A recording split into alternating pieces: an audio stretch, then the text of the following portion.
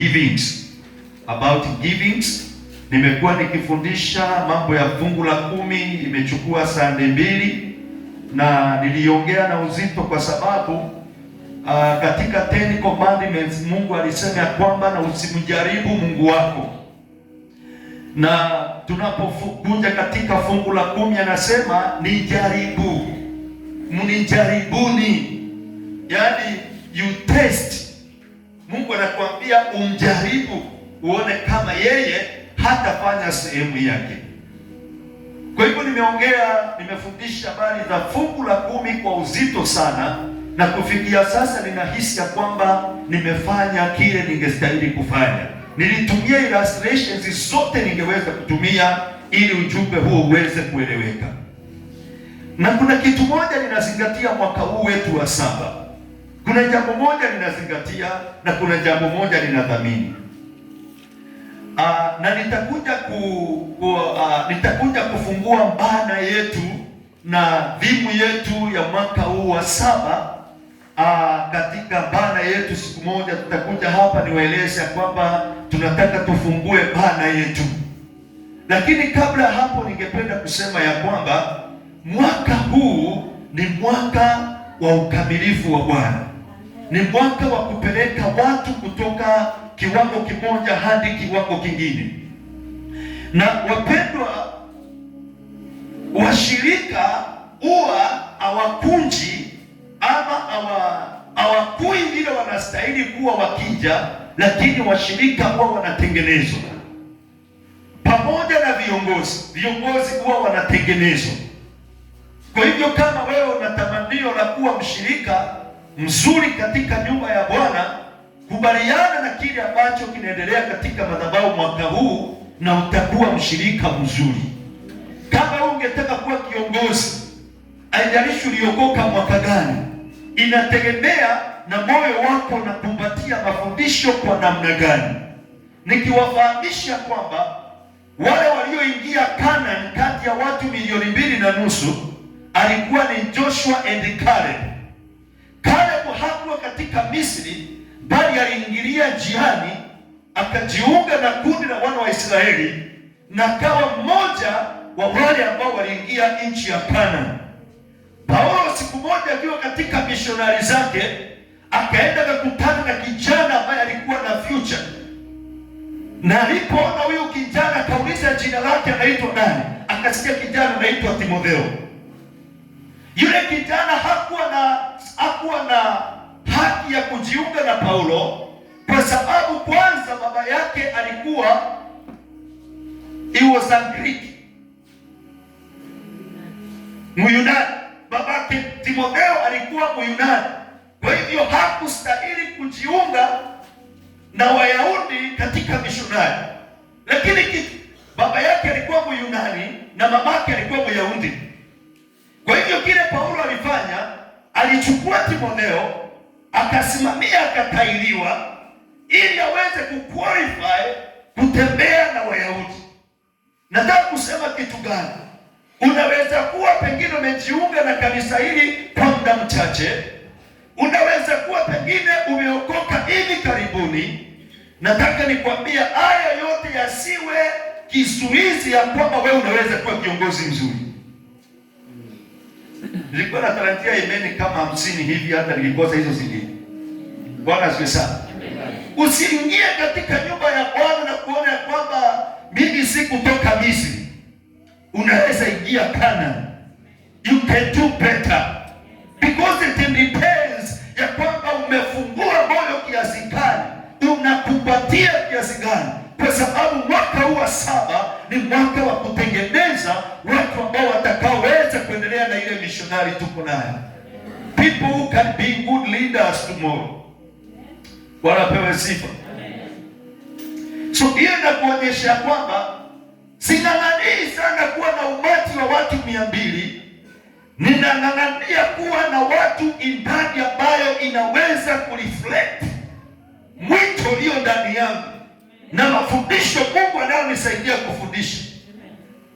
I'm not after quantity, even though ikija ni sawa, quantity ni wingi. Kukua kwa kanisa sio wingi wa watu, bali ni quality, yani ni udhamani ulio ndani yao. Tunaelewana? Lakini usinikazie sana nikaja kuona kana kwamba niko safari kwa mkiwa Vodacom. Kukua kwa Mkristo si kukaa miaka mingi kanisani, lakini kukua kwa Mkristo ni kuweza kuattain kile ambacho unastahili kupokea na kile unastahili kuwa kulingana na maandiko. Hata kama sisi ambao tuko katika missionary na tuko katika mwito ya kwamba we are marching towards perfection. The Bible says that Jesus is the author and finisher of our faith. So mahali tuliokoka tulikuwa dhaifu, lakini mahali tunaenda tunamtazama Yesu aliye ukamilifu wetu. So it doesn't matter our weaknesses yesterday, lakini it is mattering, ama ina matter leo ni mtu aina gani na unaenda wapi na unakibizana kuwa mtu aina gani. We are not marching towards kuwa mchungaji. We are not marching towards kuwa apostle. Tunakimbia kuwa kama Yesu. Apostle itatokea njiani, prophet itatokea njiani, evangelist itatokea njiani, to be a pastor itatokea njiani ukitembea. Hallelujah. Now, hiyo inakuonyesha kwamba baada ya mafundisho ya fungu la 10, mtu ambaye ameitwa na Mungu bila shaka ataanza kutoa fungu la 10. Na yule ambaye hayuko determined kutoa fungu la 10, yani hajaazimia, hajaamua kutoa fungu la 10, hata ukimfungilia hiyo fungu la 10 hapa munga necklace ambayo imeandikwa tithe hapa kwa shingo, bado hatatoa. Now today nataka kuendelea na types of givings, na leo nitaendelea na sehemu ambayo ni ya first fruits. First fruits. Alafu nirudi niendelee na hiyo ingine offerings ambazo zinatajwa kama seeds ama seed. Alafu nimalizie na hiyo ambayo inaitwa alms giving. So nataka niingie kwa first fruits. First fruits, kwa sababu sisi sote si wazungu, ni marimbuko. Ni marimbuko. Ambia jirani yako kwa masikio yake, marimbuko. Kuna kiti inanitatiza hapa kwa sababu haina mtu, tena ni viti vitatu. Ninaomba Mungu awape neema ya kusonga mbele kwa hizi viti, na mnaposonga mbele basi hata katika ufalme wa Mungu msonge mbele hivyo. Bwana wasongeshe mbele mnaposonga mbele katika viti hivi vitatu ambavyo viko hapa. Haya. Mama, naona mama amekunja mbio, huyu amechanuka huyu. Bwana asifiwe sana. Basi hata ile ingine iko pale, ingine iko pale. Songa hivyo brother Opio. Ipo na mnaenda, lakini mzee Ezekiel mwache hapo. Brother Opio songa hapo mbele. Alafu mtu mwingine achukue hiyo nafasi. Bwana pewe sifa. Leo naongea about first fruits. Kwa Kiswahili inaitwa marimbuko. Marimbuko ni yale matoleo huwa tunatoa ya kwanza wakati chakula yako kimekomaa shambani. Kabla hujakula, unaingia kwa shamba, unachukua ile chakula, unapelekea Mungu, unapeleka kwa madhabahu. Ingine ambayo huwa inasababisha waajiriwa wanaona kana kwamba umekosea ama kana kwamba Biblia iliandikwa makosa, ni wakati umeajiriwa, ule mshahara wako wa kwanza, huo ndio unaitwa marimbuko, ya kwamba sehemu ya kwanza unampatia Mungu.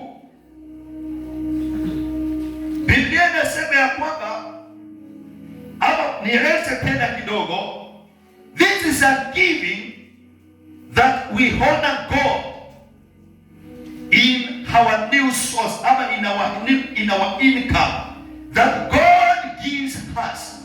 Whatever God gives you is a job, ni harvest umepata, ni chochote kile umepata. Kwa mfano, umeenda ukafanya ndilu fulani na Bwana akakufanikisha ukafaulu mapato ya kwanza, hayo ndiyo yanaitwa malimbuko. Kazi ya malimbuko specifically is to honor God. Kama unadai ya kwamba unaheshimu Mungu, basi jipinde na malimbuko, because haya ni matoleo ambayo Mungu aliagiza kama kipimo cha kuonyesha how you value God. Malimbuko huwa inaeleza how you value God. Bwana asifiwe sana. In the book of Proverbs chapter 3 verse 9, kitabu cha Mithali 3 mstari wa 9, mheshimu Bwana kwa mali yako na kwa malimbuko ya mazao yako yote. Mstari wa 9 uko very clear.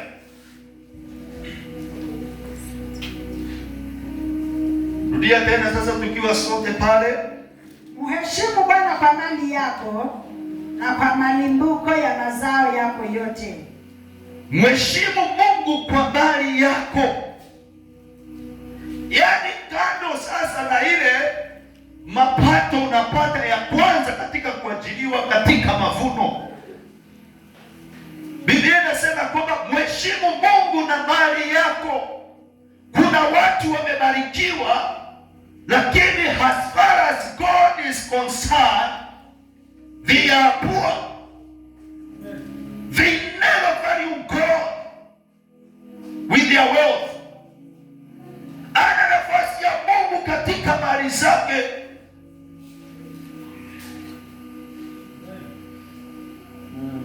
Kuna mama mmoja ambaye aliona mtumishi wa Mungu anapita kila wakati, sitaki kwenda pale, na sitaki kusoma. Akaambia bwanake ya kwamba mimi naomba kitu kimoja, kwa sababu kuna mtu wa Mungu anapita hapa kila siku, na anapopita sitakumbuka kama walikuwa nampa chochote ama maji ya kunywa ama nini, anapita. Lakini yule mama alichanuka, akamwambia mume wake, ninaomba sasa huyu mtu wa Mungu anayepita hapa tuweze kumjengea kanyumba hapa, apate mahali pa kupumzika. That is revelation ya kwamba hii boma yetu tutenge kasehemu tuweze kujengea mtu wa Mungu kanyumba, ili anapopita aweze kutulia na kupumzika. Katika maisha yetu wapendwa, na katika mali yetu, Biblia inasema ya kwamba tumheshimu Bwana kwa mali zetu, tumheshimu Mungu kwa mali zetu. Halafu inasema ya kwamba na kwa malimbuko ya mazao yako yote. Mazao yako yote. Mazao si mahindi na kunde na maharagwe, lakini ni jambo lolote unalolifanya linaleta mazao. By the way, wana wa Israeli walijua ya kwamba mzaliwa wa kwanza huyo ni wa Bwana. Na sijui kama mnajua wazaliwa wa kwanza wako na nguvu sana. Sasa hivi ndio wazaliwa wa kwanza nguvu yao inaendelea kudhoofika, lakini wazaliwa wa kwanza hata baba akifariki, walikuwa mzaliwa wa kwanza anabaki kama baba wa ngoma. Na hata mashamba ikigawiwa, sehemu ya mzaliwa wa kwanza haikuwa inatoshana na wengine. Nataka niwaulize, mnajua urithi wa Reuben ulikuwa urithi mkubwa sana, ungepewa mtu mmoja, ilibidi upewe wana wawili wa Yosefu ambao ni Efraim na Manase. Walipewa urithi wa Reuben kwa sababu Reuben alitenda kitendo ambacho kilimnyima urithi wa mzaliwa wa kwanza. Alienda katika kitanda cha baba yake na kiharibu, na urithi wake ukapewa wana wawili wa Joseph. Lakini tuachane na hilo, kwa sababu there was a genetical curse. There was a genetical curse kutoka kwa Ibrahimu. Ibrahimu alipofukuza Ishmaeli, Ishmaeli ndiye alikuwa mzaliwa wa kwanza, akanyimwa haki yake, akafukuzwa. Isaka kwa viuno vya Ibrahimu, Isaka alikuwa second born. Na ikafanyika kuwa a stronghold katika laini ya uzao wa Abrahamu. Mungu alizuia nisipanuke, lakini hii siwezi kukuachia katikati. Ilipofanyika madhabahu, naye mzaliwa wa Abrahamu ambaye ni Isaka, kile babake alichokipanda kwa sababu ya madhabahu yaliyoinuka ya kunyima mzaliwa wa kwanza haki yake, naye Isaka, ikasababisha Yakobo na Esau wakitoka kwa tumbo. Esau umetoka kwanza, lakini wakatoka akiwa amemshika kisigino. Na kwa sababu baba yao Ibrahimu aliinua madhabahu ya kunyima mzaliwa wa kwanza haki yake, ikabidi iende namna hiyo hadi Esau akose urithi wa mzaliwa wa kwanza, ukapewa Yakobo.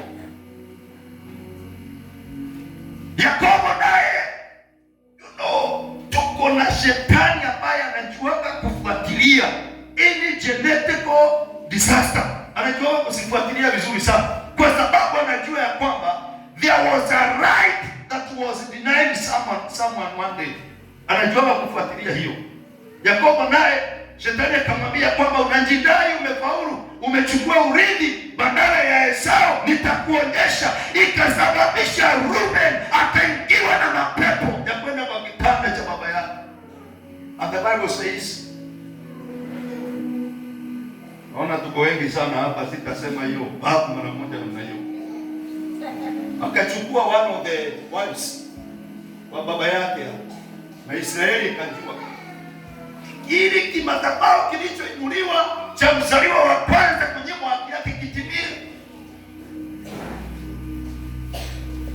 Ndio sababu naye Efraimu na Manase walipokuwa wanakuja kubarikiwa na Yakobo, that is the fourth generation. The fourth generation from Abraham number 1, Isaac number 2, Jacob number 3. Then tumekuja kwa generation sasa ya Joseph ambaye ni Ephraim na Manase. Wakati walikuja kubarikiwa, yule mkubwa ni nani? Ni Manase. Kwa hivyo alipoleta mbele za Yakobo ili aweze kuachilia baraka, Yusufu akaweka Manase mkono wa kulia, ndio huo unaachilia baraka. Baraka zinaachilia. Huu mkono wa kulia ndio wa huduma, na huu mwingine ni wa mama. Huyu ndio sababu mnaona tukivalishwa pete tunavalishwa wapi? Hii kidole. Mkono wa kushoto huu ni wa mama, lakini huu ni wa Bwana. Ndio sababu ukifanyiwa ordination unavalishwa pete kwa kidole hiki cha mkono wa kulia. Huu ni mkono wa Bwana, ndio unaachilia baraka. Yusufu akaleta Manase na Efraim mbele ya Yakobo achilie baraka. Akaweka Manase ndiye mkubwa kwa mkono wa kulia, akaweka Efraim kwa mkono wa kushoto. Yakobo alikuwa haoni, macho alikuwa amepotea, lakini akapinda mikono. Akaondoa mkono wa kulia kwa Manase, akapeleka kwa Efraim. Mkono wa kushoto akapeleka kwa Manase. The fourth generation. Ili ile madhabahu, ile stronghold iliinuliwa na Abrahamu iweze kutimia. I'm sorry. Wazaliwa wa kwanza walikuwa na nguvu sana. So, njia ya kuheshimu Mungu katika mali yetu na katika malimbuko yetu ni kumpatia Bwana. When you give it to the Lord, that is a way of honoring the Lord. Kama unataka kuwa mmoja wale wanaheshimu Bwana, angalia malimbuko yako. I want to bless this house kwa sababu mavuno yenu ambayo mmepata mmeleta kwa nyumba ya Bwana. Hadi nikasema ya kwamba Jehova, kelele ninayoipiga kwa madhabahu si ya bure. Kuna watu wanainuka kiwango kingine, kuna watu wanabarikiwa, kuna watu wanakombolewa. Baingia ukitaka kujua afya ya Mkristo, mwangalie utoaji. Giving is the measure ya afya ya Mkristo. Ukiona Mkristo ambaye anajidai wa rohoni sana, ritaya na anakuja kanisani bila sadaka, ama anakuja na shilingi 5 wakati yule ako na maelfu kwa mfuko, huyo hakuna limashaka iko. Hiyo ni ya kubadilika. Huyo kiroho anahitaji kupepetewa. Na ukiwa na Wakristo washirika kama hawa, hakuna mahali unaenda. Hao ni watu ambao wanakauka kama nylon ikiwa imeona moto. Hawawezi kukusaidia.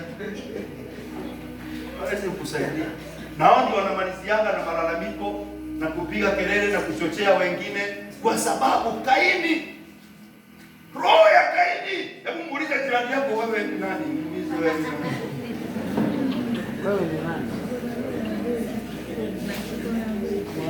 Umebeba nini? Umebeba mbegu ya Abeli ama umebeba mbegu ya Kaini? Si kwamba Kaini hakuwa na mahindi mazuri na si kwamba hakuwa na maharagwe mazuri, lakini moyo wake ulikuwa umebeba yale yameuza. Moyo wake ulikuwa umebeba yale yameuza. Ndio sababu alienda nayo kumtolea Bwana. Shida zile unaonanga mambo yale unaonanga tukifanya, hayajaanzia kwa mikono, yameanzia kwa moyo. Haleluya. Haya, sasa nitajizuia kabisa nisipanuke sana. Nitajizuia. Now, this makes God to take concern of what starts, makes him to take more concern all the time. These two, okay, sawa. Wakati umetoa malimbuko yako, ukamheshimu Mungu na mapato yako, huwa unasababisha Mungu siku zote anakuwa na mzigo wa hiyo biashara. Anakuwa mzigo na hiyo ofisi umeajiriwa. Anakuwa na mzigo na hiyo chakula iko shambani. Sijui kama umeona mtu amevuna chakula kingi sana labda ikapepetwa. Mtoto amevunjika mkono, mwingine amefungwa amepelekwa jela, sijui mwingine amefanywa nini, sijui mwingine amezingiziwa nini. Ndio chakula kiishe ndio kutatulia. Unajua mambo mengine hatuwahubirii kwa vile tulienda Bible school, tunawahubiria out of experience. Mimi familia kwetu kuna wakati mahindi nilikutana na ingine store. Tulikuwa tunaanza kununua wakati wengine wajavuna. Can you imagine? Kabla wengine wajavuna, sisi ni kununua nikagulia barabarani. Na wengine yao wanangojea ikauke wavune waweke kwa gari. Laana hiyo. Na hata kama ungetuletea gunia 20 tuwekee hapo, hata sina nyumba inaweza chomeka ndio ziondoke. Wakati tumetoa malimbuko, huwa tunasababisha kile tumebaki nacho Mungu akidhamini. Amen. Bwana asifiwe sana. Amen. Naona watoto wamepungua. Siwezi acha hivi. My dear brethren, wasichana na vijana, wakati umejinyima kwa sababu ya Mungu na ukajizuia kwa sababu ya Mungu na ukasema kwamba lazima mchungaji kwa madhabahu hanyoshe mkono wake juu yetu ndio tusonge mbele na hii mambo ingine, nataka nikwambie wangu umemheshimu Mungu. Amen. Na siku zote hiyo ndoa hata itakapokuwa na matatizo, mwendee huyo uliyeheshimu kwanza. Amen. Oh yes. Unajua wakati mwingine wakati tunasema hii mambo ya watu kujizuia na kuja kanisani kubarikiwa, watu wanaona kana kwamba sijui tunataka tukule pilau. Pilau tunaweza kuikula hata ukiwa huko. Yes. Tunaweza kuikula. Lakini kuna vitu tunadhamini. Ya kwamba saa hii kuna magonjwa. Saa hii hakuna mchungaji anaruhusiwa kuunganisha harusi bila barua ya daktari. Ya kwamba hawa watu ni wazima. Sasa hiyo ya vichakani kuna barua ya daktari.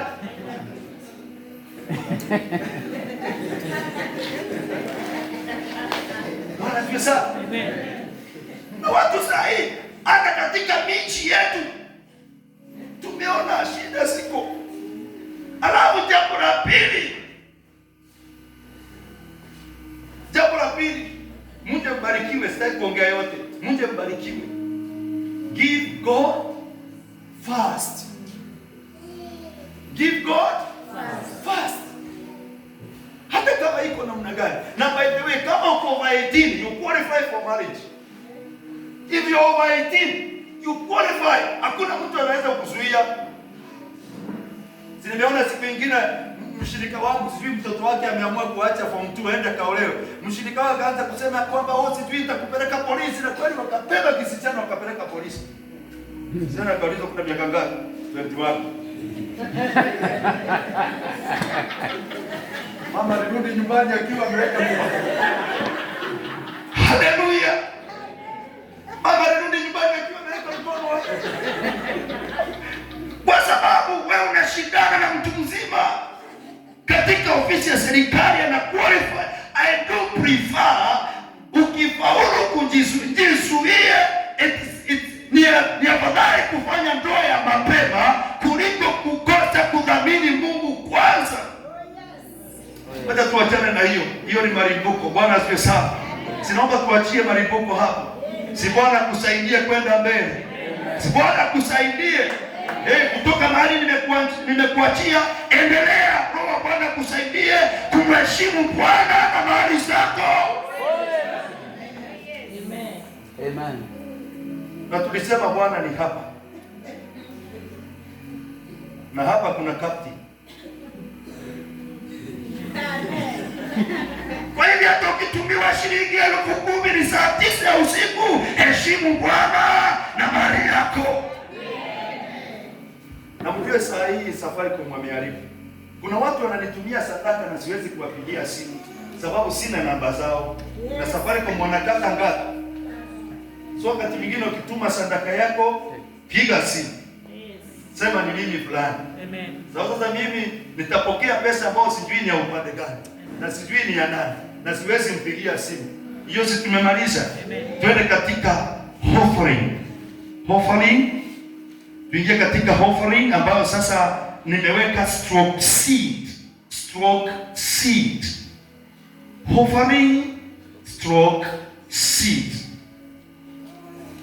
This is a voluntary offering or seed ambayo hii haina kipimo. Ni wewe hii sadaka huwa unatoa kwa Mungu kulingana na upendo wako kwa Mungu. Last time tulisema ya kwamba hata ukiwa unastahili kutoa fungu la 10 shilingi 1,000, ukatoa 1,500, ile imeingia kwa akaunti ya fungu la 10 ni shilingi 1,000. 500 imeingia katika akaunti yako ya offering, ambapo offering huwa inaeleza how much you love your God. Inaeleza ama inaonyesha vile unavyopenda Mungu wako. Sadaka za shukrani hazina kipimo, ni wewe unajipimia. Fungu la 10 tulisema ni sheria na iko na kipimo chake. Kama ni 10,000, 1,000 unalipa kwa Mungu. Tena si utoaji, hiyo ni kulipa. Hiyo si kutoa, hiyo ni kulipa.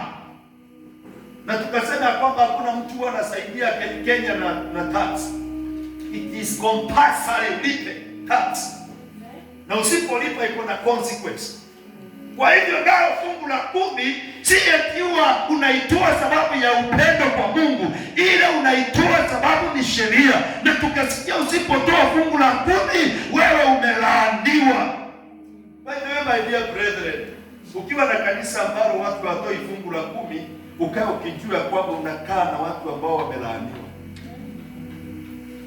Na ni shida kubwa sana. Na hiyo ndio sababu mimi nikiwa captain wa hii madhabahu nimesema kwamba kuanzia generator hakuna siku tutafanya pledge hapa tena. Hii nyumba mambo ya pledges tumecancel hiyo. Sababu kuna watu wanadaiwa pledges tangu tukijenga hii kanisa. Hawakulipa. Tukaja kununua gari, tukabadilika pledges, hatukulipa. Tukaja nini nyingine hapo katikati? Ni generator imemalizia. Tukaweka pledges za generator, hatukulipa. Hata wakati mwingine tunasema pledges za sherehe, mtu anaandika sukari kilo 2, hataleta. Na Biblia inasema ya kwamba Mungu hawi radhi na wapumbavu. Unasema wajinga ama wapumbavu? wapumbavu. Hayo ni maandiko. So Mungu anasema badala ya kuweka nadhiri, afadhali ujizuie usiweke nadhiri. So hiyo inakuonyesha kwamba tunasukumia kanisa hili katika laana za nadhiri mbele ya madhabahu ambazo hawaondoi. Kuanzia sasa mwaka wa 7 hakuna nadhiri. Kama tunachangia, kama ni spika, tutasema siku fulani tunaleta matoleo ya spika. Kile kimeletwa ndicho hicho tumepata. Kama haijatosha tunaweka siku nyingine. Na hakuna kutuandikia hapa, "Oh, nitaleta." Nenda ulete ndio tuandike. Bwana asifiwe sana. Amen. So matoleo huwa yanaonyesha upendo wetu kwa Mungu. Every time you give an offering, unaonyesha vile unapenda Mungu wako, na hapa ndipo kuna shida. Kwa sababu kwa nini kanisa liko na watu 100 tushinde kutoa sadaka hata ya shilingi 3,000? Tuwe tunakwamia. Hata kuna siku ndugu Joshua alitutangazia hapa tumetoa sadaka shilingi 6,000. Nikasema ingekuwa namna hiyo, kumbe ndugu alichanganya na fungu za 10. Nikasema ingekuwa namna hiyo tunaweza toa sadaka za love offering ikafika 6,000 kwisha. Nimejua sasa Bwana Yesu yuko juu, twamngoja arudi. Haleluya. Lakini jiulize, kwa nini watu 100? Hata tukisema kila mmoja 100, so moja 100, hiyo ni pesa ngapi? Nataka tufanye mahesabu. Si wewe unauzanga vitu, si wewe mfanya biashara. Watu 100 wakitoa 100, kila mmoja 100, hiyo ni pesa ngapi? 10,000.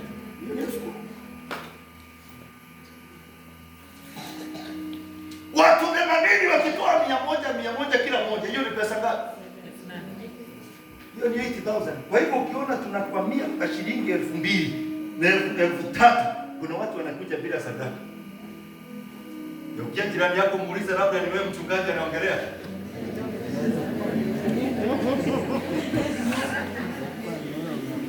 Lakini nayo sadaka ya upendo haiwezi kuongezeka isipokuwa tumwelewe Mungu wetu na tuwe na azimio ambayo Daudi alisema, siwezi kumtolea Bwana dhabihu ambayo haitanigharimu. Lazima kuwe. Ninaelewa kuna kukosa wapendwa, kabisa ninaelewa ya kwamba kuna wakati unaweza jikuta ya kwamba kweli kabisa umejikuta hauna, lakini percentage ya hakuna zile nyingi sana kama tunakwamia hapa. So hilo jambo linakuonyesha kwamba watu wengi ile love offering yao iko chini sana, hama hata watoi, kumaanisha kwamba yani hauhisi Mungu wako ya kwamba unastahili kwenda mbele zake na sadaka. Na kwa sababu hiyo sasa inaonyesha upendo wako kwa Mungu wako. Sasa ni kuonyesha kwamba tuko katika kiwango hicho. Nataka tusome Proverbs 11:24. Ili sasa ujue hii love, hii sadaka ya upendo vile ambavyo sasa ina umuhimu wake wakati tunatoa. Proverbs 11:24. Mithali mlango wa 11 mstari wa 24.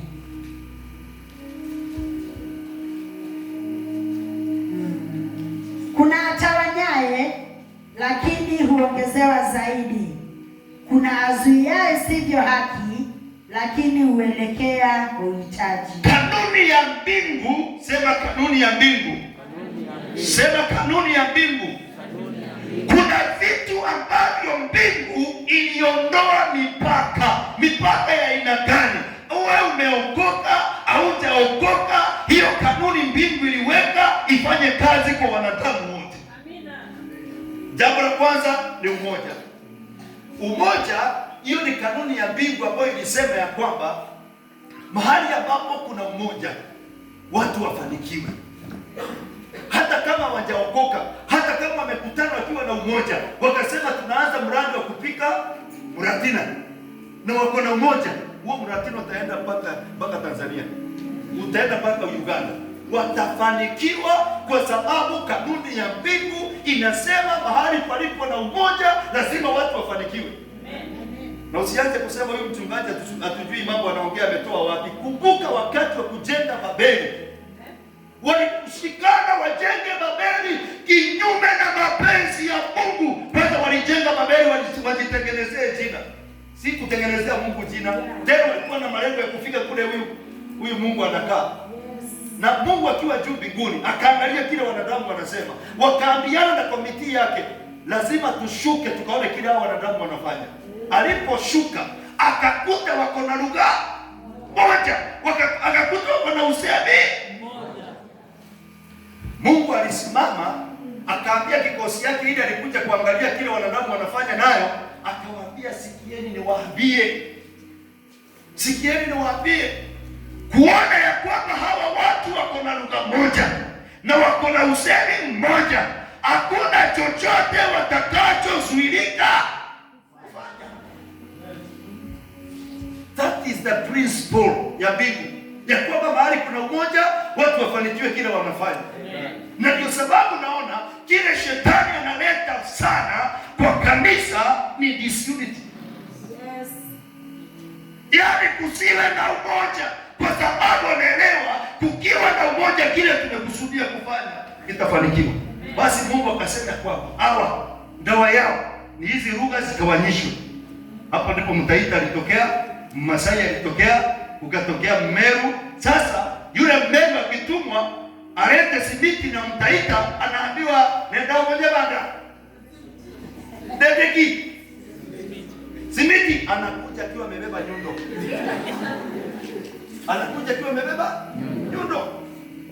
Anaambiwa nenda ulete wilibaro, anaenda kuokota zile simiti zimemwagika. Mradi ukakwama, ikawa sasa hawawezi kuendelea tena. So kuna kanuni ya mbingu ambayo inasema mahali kuna umoja hao watu wafanikiwe.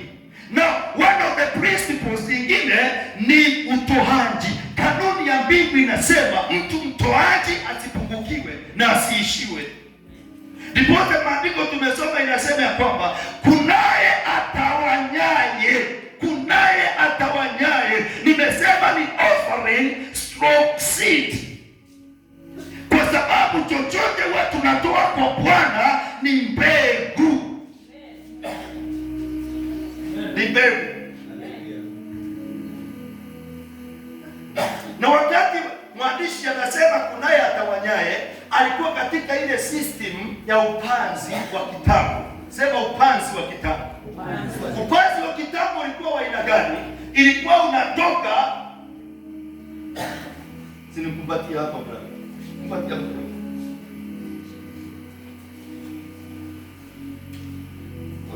Ilikuwa unatoka na maharagwe kama haya, unarusha, alafu ng'ombe zinakuja zikilima. Sasa wakati zinalima, zinafukia zile mbegu ambazo ulirusha. Kumbukeni Yesu akipeana mfano wa mbegu, akasema kuna ile ilianguka kwa miba, ingine ikaanguka barabarani, ingine ikaanguka juu ya mwamba. Kwa hivyo wakati anasema kunaye atawanyaye, analenga upanzi ule ambao ulikuwa wa abundance, upanzi wa utele. Huu mwingine wa kufuata ng'ombe namna hii ni uchoyo, ni upanzi wa uchoyo, ili kusiwe na ile itaanguka kwa miba, kusiwe na ile itakayopotea, ili ugive accountability ya kila mbegu ulikuwa umeshika na mkono, kwa sababu hutaki yoyote ipotee. Unataka uhakikishe umeweka kwa shimo kila mbegu. Lakini wakati Biblia inasema kwamba kunaye atawanyaye, inaongelea upanzi wa kitambo, ya kwamba anaamka asubuhi, anasaidia jirani, anasaidia, anatuma fungu la 10, anakumbuka kwamba kuna mradi unaendelea kanisani, anatuma. Kunaye atawanyaye, anarusha, anatoa.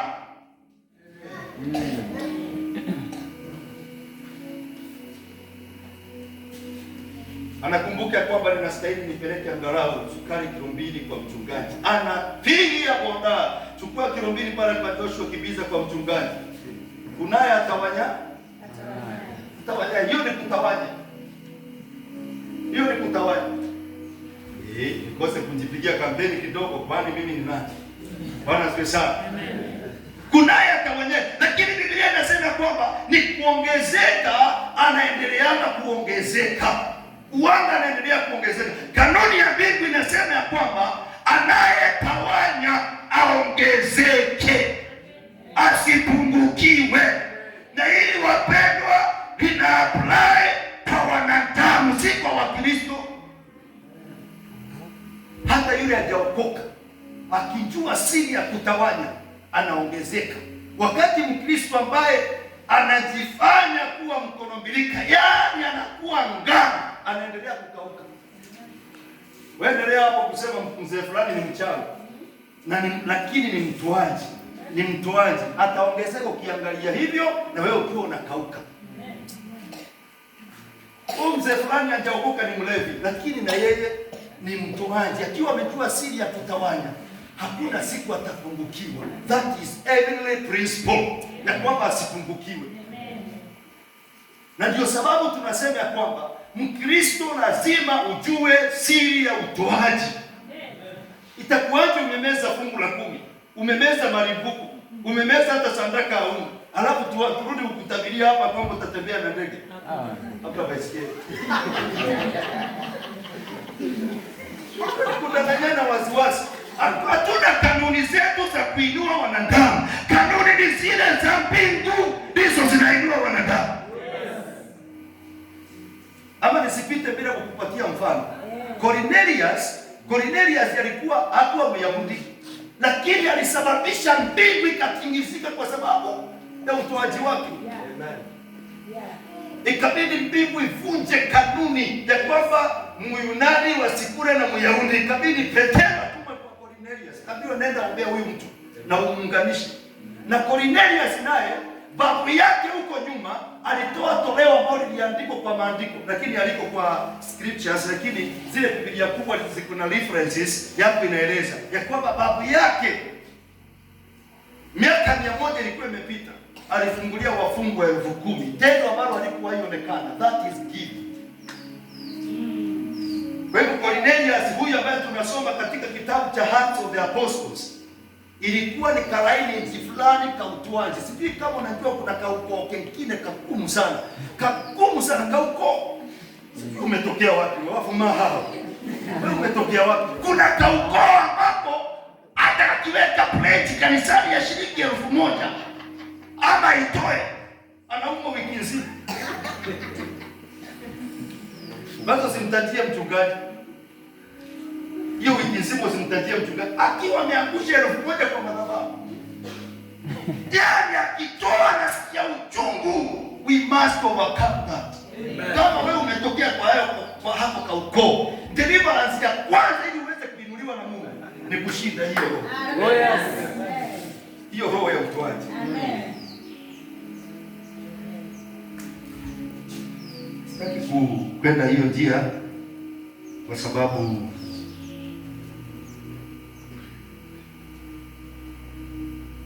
sijui ni nani mwingine anaweza kuwa. Unisome hili andiko lisiliaje, hata wenda sitaenda kwa kwingine. Sitaeleza. Nataka tu nifike hapa kwa offerings. Nisomea Waebrania 11 mstari wa 4. Waebrania 11 mstari wa 4.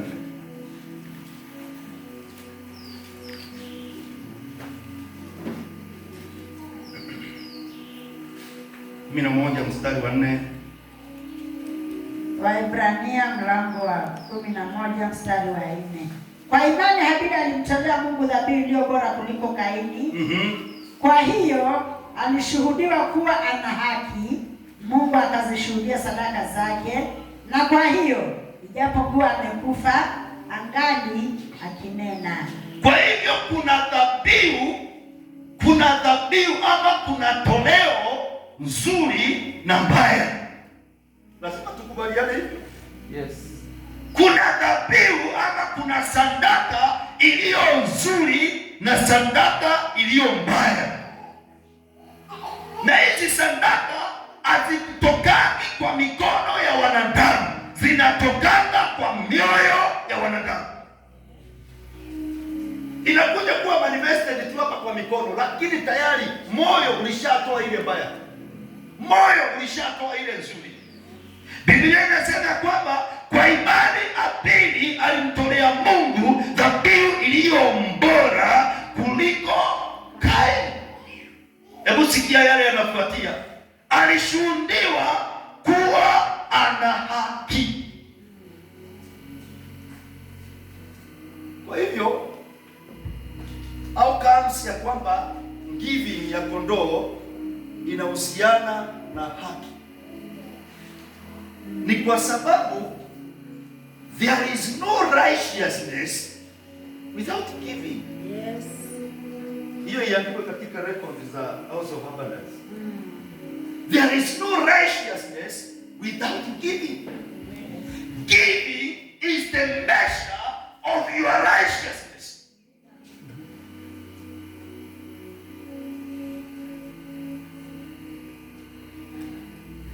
Biblia inasema kwamba alishuhudiwa kuwa ana haki.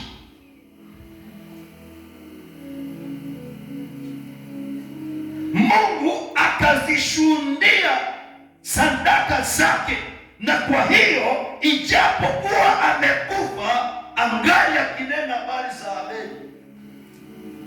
Kwa hivyo kuna watu wamejaa kwa kinywa cha Mungu. Wapendwa, kuna watu wamejaa kwa kinywa cha Mungu kwa sababu ya utoaji. Yaani hata leo tuko hapa tarehe 14 mwezi wa 6 mwaka wa 2026. Kabla Mungu hajaongea habari za wengine wengi, lakini anatangulia kwanza, anaongea mambo ya Abeli. Hebu jiulize wewe, anaongea kwanza mambo yako ama ni Abeli kwanza? Miaka ngapi Abeli alikufa? Nataka nikuulize, miaka ngapi ambayo Abeli alikufa? Lakini Biblia inasema hata leo Mungu anaongea habari za Abeli. Tendo la utoaji, wapendwa, linaguza Mungu. Linaguza Mungu. Amen. Na ndio sababu nilikwambia ukienda kanisa ambalo aliamini utoaji, hama asubuhi kabla mhubiri hajakwenda kwa madhabahu, ama kabla hata washirika wengine watakuja, kwa sababu pasipo giving hakuna mahali unaenda. Yes. Hata unaenda na dini kama zile za nani? Za nani? Za malaika. Kama wewe si mtoaji hakuna mahali unaenda. Njia moja kukomboa kanisa katika umaskini ni utoaji. Amen. Wakati mmoja nilistakiwa kwa askofu wangu, ikasemekana bishop, huyu bwana amekuwa mhubiri wa prosperity social gospel. Na hapa pia naomba nibatizwe ya kwamba mhubiri wa sadaka, mhubiri wa matoleo. Lakini yule akona hiyo mbegu ya kuinuliwa anasikia vizuri. Oh yes. Anasikia vizuri.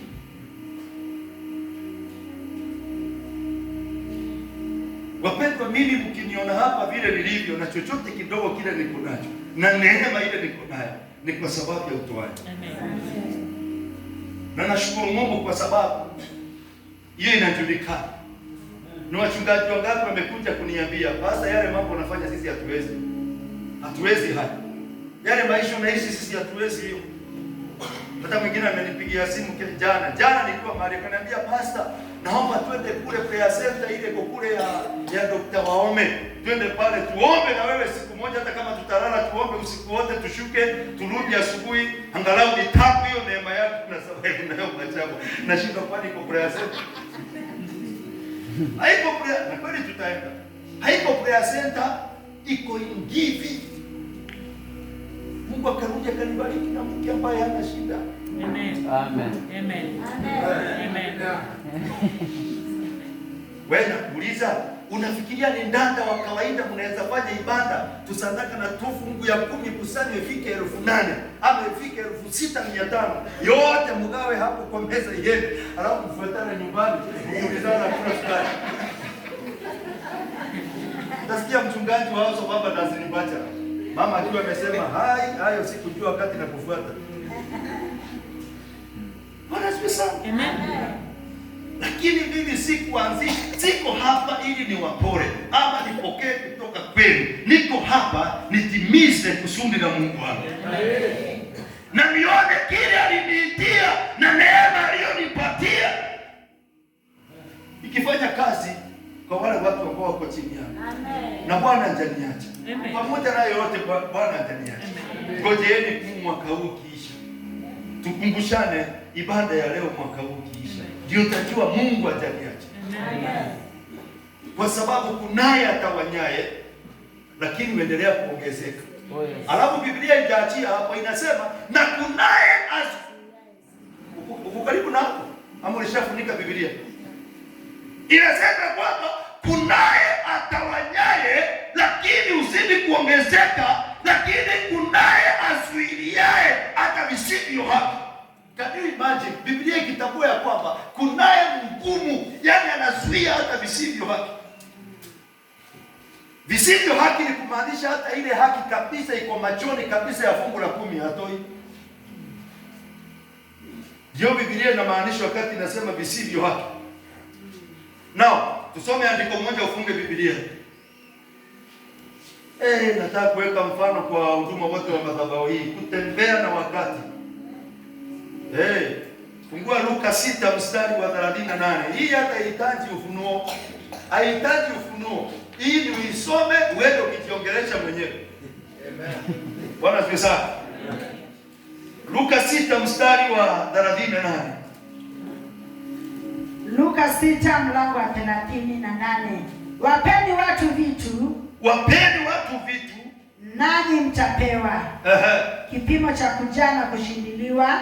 Sasa ili jambo kuwa limelenga laini nyingine ya wapeni watu, na hii ambayo tunaongea offering, hii nayo ni ya matoleo yako kwa Mungu.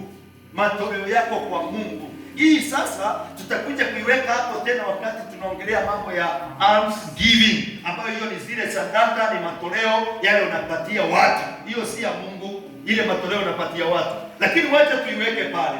Wapeni watu vitu.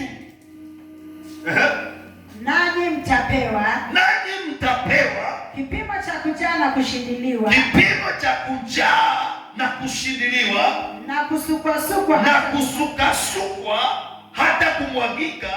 Ndicho watu watakachowapa kifuani mwenu. Kwa kuwa kipimo kile mpimacho ndicho mtakachopimiwa.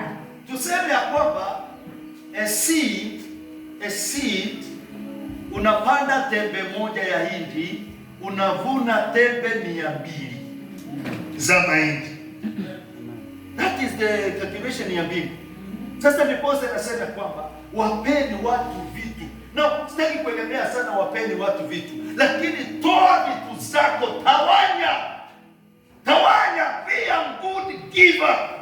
Uwe mtoaji mzuri, uwe ndugu yake Habeli. Na huyu Habeli tunaongea mambo yake, unajua alifanya nini? Habeli wakienda kutoa sadaka na Kaini, Habeli alikuwa anaingia kwa boma la kondoo, anatafuta kondoo ambayo hata haina shingo. Sio kama mnajua kuna kondoo hazina shingo. Shingo limetoshana kwanza, shingo ndio kubwa kuliko kichwa. Limejaa hata liwezi kuangalia nyuma. Anabeba hilo, anaenda kutolea Mungu dhabihu. Naye Kaini anaenda anatafuta chekecheke ile na kuama kwa mtama. Anachekecha maragwe yake ile imemwagika pale chini, analokota hiyo, anafuata Habeli kwenda kwa madhabahu kutolea Mungu sadaka. Unajua kuna watu wanakuja na sadaka kanisani, zile zimechekechwa zikamwagika kule chini, na hiyo ndio sadaka yake Jumapili. That is the spirit of Cain. Kwa hivyo ukijikuta katika hali hiyo, usiwe na maswali mengi. Cain ni mwenzako. Na ukijikuta ukiwa na azimio ya kwamba naenda kwa ibada, Mungu nisaidie niwe na sadaka nzuri. Hata usipodhamini sadaka nzuri, usihurumie mchungaji. Hurumie mchungaji kwa sababu ya majukumu. Bwana asifiwe sana. Amen. Na mchungaji akikubariki kuinua mkono wake akiunyosha juu yako, juu hata wa Mungu kwa hapo juu yake huo mchungaji. Akisema ubarikiwe, unabarikiwa. Bwana asifiwe sana. Praise the name of the Lord. Amen. Now, sababu siwezi endelea zaidi ya hapo. Siku hiyo nyingine tutamalizia sehemu ambayo imebaki. Nataka tu kumwambie Bwana, Mungu nisaidie. Nisaidie. Sijui ni sehemu gani unataka usaidiwe na Mungu. Naomba tu tusimame kwa